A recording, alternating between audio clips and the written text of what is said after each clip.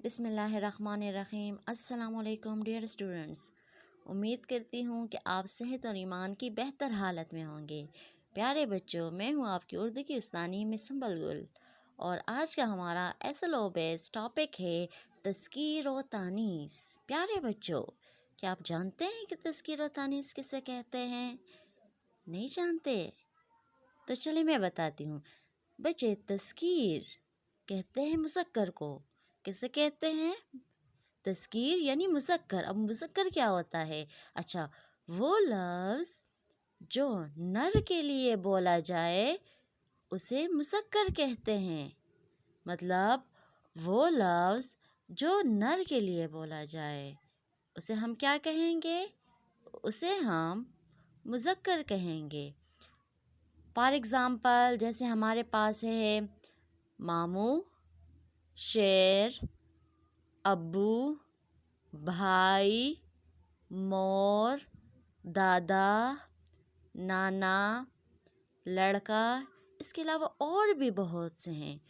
اچھا بچے، امید ہے کہ آپ کو تذکیر یعنی مذکر کی سمجھ آئی ہوگی۔ اچھا بچے، اب ہم جانتے ہیں کہ تانیث کیا ہوتی ہے۔ تانیث یعنی مؤنث۔ اچھا، وہ لفظ جو مادہ کے لیے بولا جائے اسے مؤنث کہتے ہیں۔ کیا؟ کہ وہ لفظ جو مادہ کے لیے بولا جائے، مطلب فیمیل کے لیے بولا جائے، اسے ہم کیا کہتے ہیں؟ اسے ہم مؤنث کہتے ہیں۔ جیسے مومانی، شیرنی، امی وغیرہ۔ ادھر تھا ماموں جو نر ہے، ادھر ہے مومانی جو کہ مادہ ہے۔ اسی طرح شیر، شیرنی، ابو، امی۔ تو بچے، یہ تھا ہمارے پاس تذکیر اور تانیث یعنی مذکر اور مؤنث۔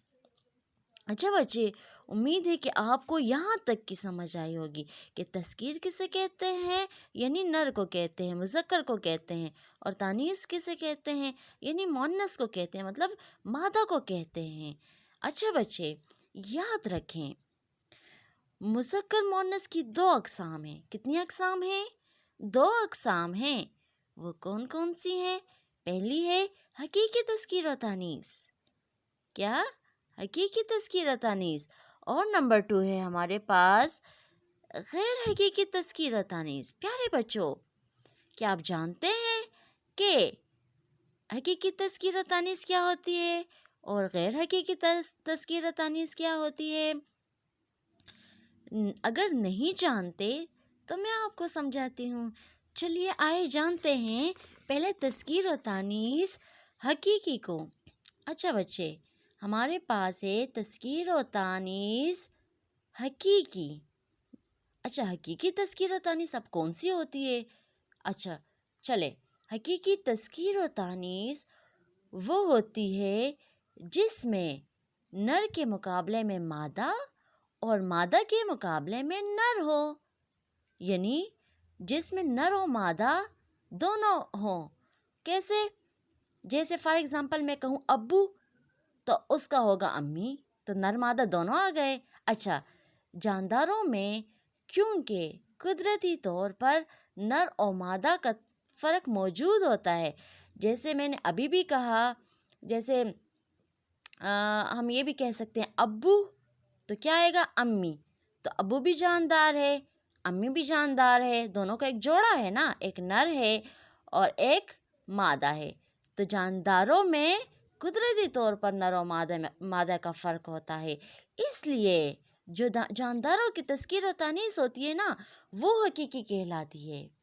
پیارے بچوں، جانداروں کی تذکیر و تانیث حقیقی تذکیر و تانیث کہلاتی ہے۔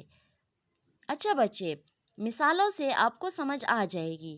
جیسے ہمارے پاس ہے مرد، مطلب نر ہے ہمارے پاس، اس کے مقابلے میں کیا ہے؟ عورت۔ گھوڑا، گھوڑی۔ گھوڑا نر ہے، گھوڑی مؤنث ہے۔ اسی طرح دادا، دادی، نانا، نانی۔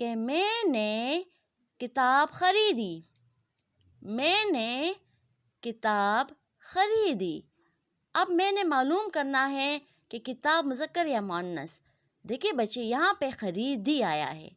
کیا آیا ہے؟ خریدا نہیں آیا. یہاں پہ خریدی آیا ہے. تو جو خریدی ورڈ ہے نا، یہ ظاہر کر رہا ہے کہ کتاب ہمارے پاس کیا ہے؟ کتاب ہمارے پاس مؤنث ہے. اچھا بچے، اسی طرح ایک اور مثال میں دیتی ہوں. فار ایگزامپل، ہمارے پاس ہے آسمان. ہم نے یہ معلوم کرنا ہے کہ آسمان مذکر ہے یا مؤنث. تو میں اس کا جملہ بناتی ہوں. کیسے جملہ؟ میں جملہ بناتی ہوں کہ اللہ تعالیٰ نے خوبصورت آسمان بنایا. کیا؟ اللہ تعالیٰ نے خوبصورت آسمان بنایا. تو امید ہے آپ کو سمجھ آ رہی ہوگی کہ اس میں آسمان کیا ہے. بنایا کیا ظاہر کر رہا ہے؟ بنایا یہ ظاہر کر رہا ہے کہ آسمان جو ہے یہ ہمارے پاس کیا ہے؟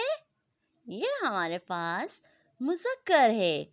تو پیارے بچوں، امید ہے کہ آپ کو ان مثالوں کے ذریعے واضح طور پر سمجھ آئی ہوگی.